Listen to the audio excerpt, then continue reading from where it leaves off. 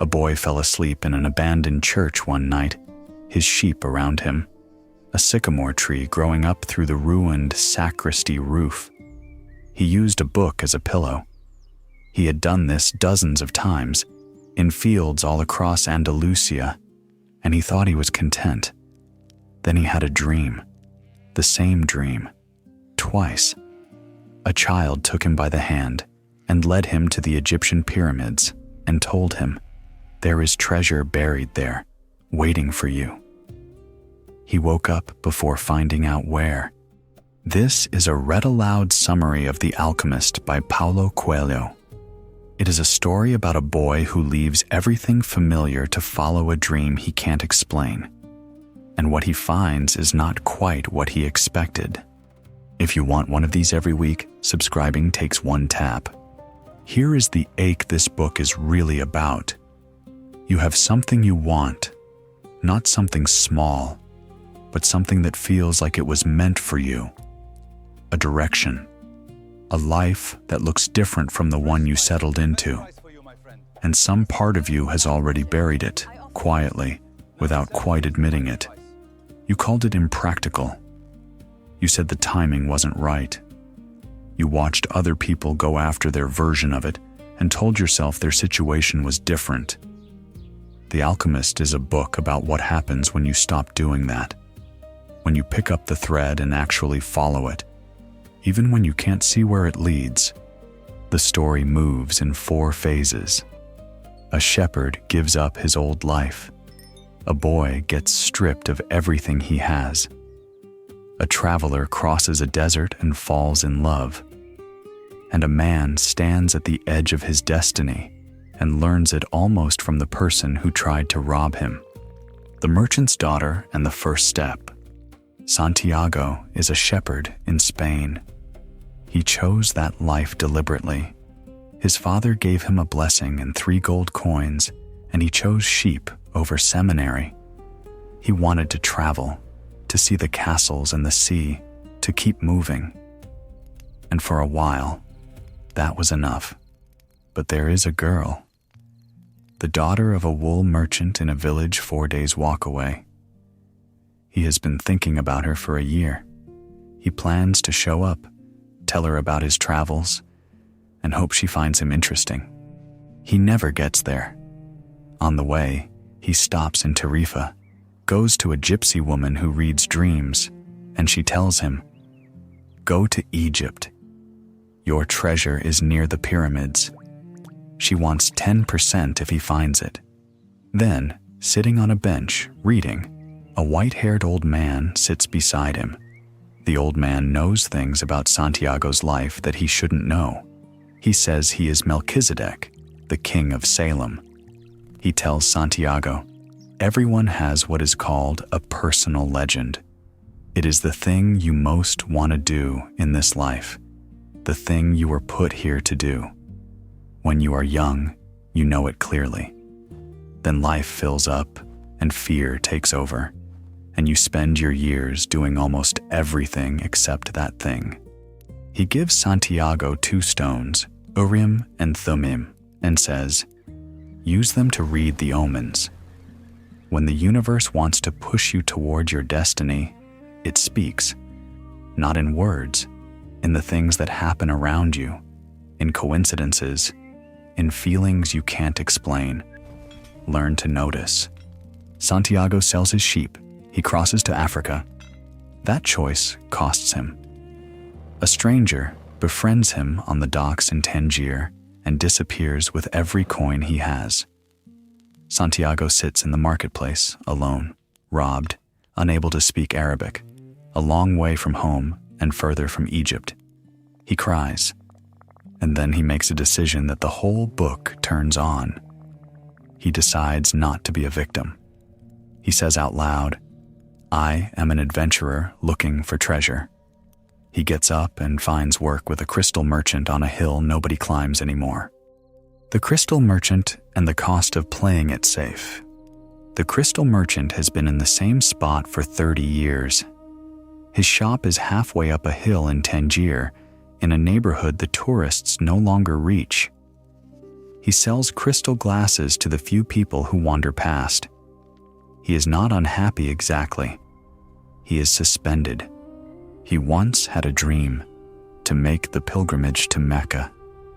He has wanted to go his entire adult life, but he has never gone. Because if he goes and the experience is everything he hoped, what will he have left to live for? The dream, he has decided, is safer as a dream. Santiago spends 11 months working for him. He suggests cleaning the crystal in the window to attract customers. He suggests setting up a tea service with the glasses. The merchant resists, then agrees. Business improves. The merchant is grateful and a little unsettled because Santiago is living proof that change is actually possible, and that is inconvenient when you have spent 3 decades telling yourself it isn't.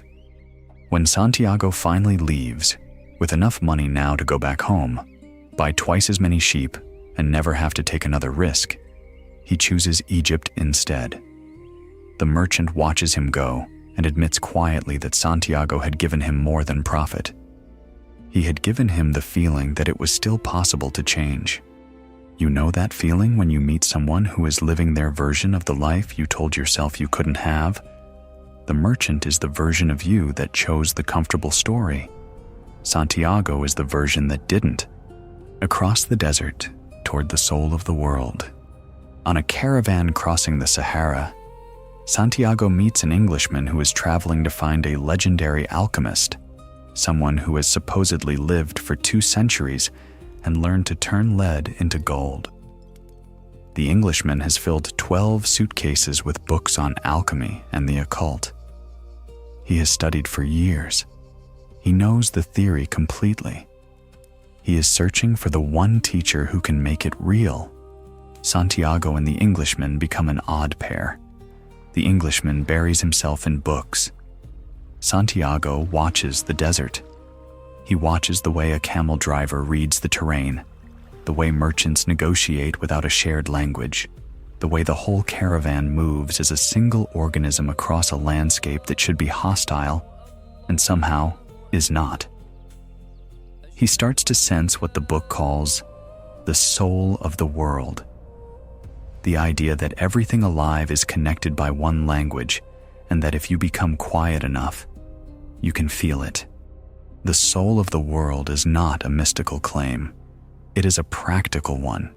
It means pay attention. When you are fully present in what you are doing, you stop missing the signals. The sheep taught Santiago to read weather. The desert teaches him to read silence. At the oasis of Al-Fayoum, he meets a woman named Fatima. He falls in love within minutes of seeing her. He tells her he loves her. She tells him, "If you stay here for me, you will eventually resent me. Go find your treasure. Come back when you have it." That is how a woman of the desert loves, not by keeping, but by freeing. He also has a vision. Watching 2 hawks fight in the sky, he sees, suddenly and clearly, an army riding into the oasis. He reports it to the tribal chieftains. They listen skeptically and double the guards. The army comes that night. The oasis is defended. Santiago is brought to the alchemist. What the alchemist actually teaches. The alchemist is 200 years old and lives simply in the desert with 1 falcon. He could be anywhere. He chooses the desert because the desert strips everything unnecessary away. He agrees to take Santiago the rest of the way to Egypt. But the journey is not really about location. It is a series of tests. At one point, tribal warriors capture them and demand that Santiago prove his connection to the universe or be killed. The alchemist turns to the boy and says, "Show them." Santiago, terrified, stands in the desert and speaks to the wind and the sun and whatever lies behind the sun. He asks the desert to help him. A sandstorm rises. The tribesmen let them go. The alchemist tells Santiago two things that the book returns to again and again. The first, when you want something, all the universe conspires in helping you achieve it. This sounds like a motivational poster. What it actually means is more specific. When you are aligned with your purpose, everything you encounter becomes relevant. The crystal merchant, the robbery, the caravan, Fatima. These were not obstacles. They were instructions. The second thing, there is only one way to learn. It's through action and through love. Books prepare the ground, but the ground itself is only opened by doing. The Englishman with his 12 suitcases never quite grasps this. He learns the theory of alchemy, but remains a tourist to it. Santiago, who can barely read and has never heard of alchemy, learns to perform it because he has stopped protecting himself from experience. There is a moment before the pyramids when Santiago's heart whispers to him, "Be aware of the place where you are brought to tears. That is where I am. That is where your treasure is." The place where you started. Santiago reaches the pyramids. He falls to his knees. He weeps. He begins to dig, and men come in the night, refugees from a tribal war, and they beat him and take his gold piece and leave him bleeding in the sand. Before they go, the leader pauses. He tells the boy, "I am not stupid enough to cross a desert for a dream." 2 years ago, I had a recurring dream. I dreamed I should travel to Spain, to a ruined church where shepherds sleep, where a sycamore grows from the old sacristy floor. The dream said there was treasure buried at the roots of that tree. Santiago laughs. His treasure was at home the whole time, in the abandoned church where he slept on the first page. Under the tree where he laid his head, he traveled to Africa, crossed a desert, learned to speak to the wind, survived a sandstorm, fell in love, and became someone who could not have found it otherwise. The treasure was always there, but the boy who left Spain was not yet the person who could receive it. That is the thing the book is trying to say, and it says it in the only way that makes it land. Not as advice, but as a story you have to travel through. The treasure is real, but you are not ready for it until you have been changed by the search. You cannot shortcut that part. You can only begin. If something in this summary stayed with you, drop it in the comments, and a like helps more people find their way to this.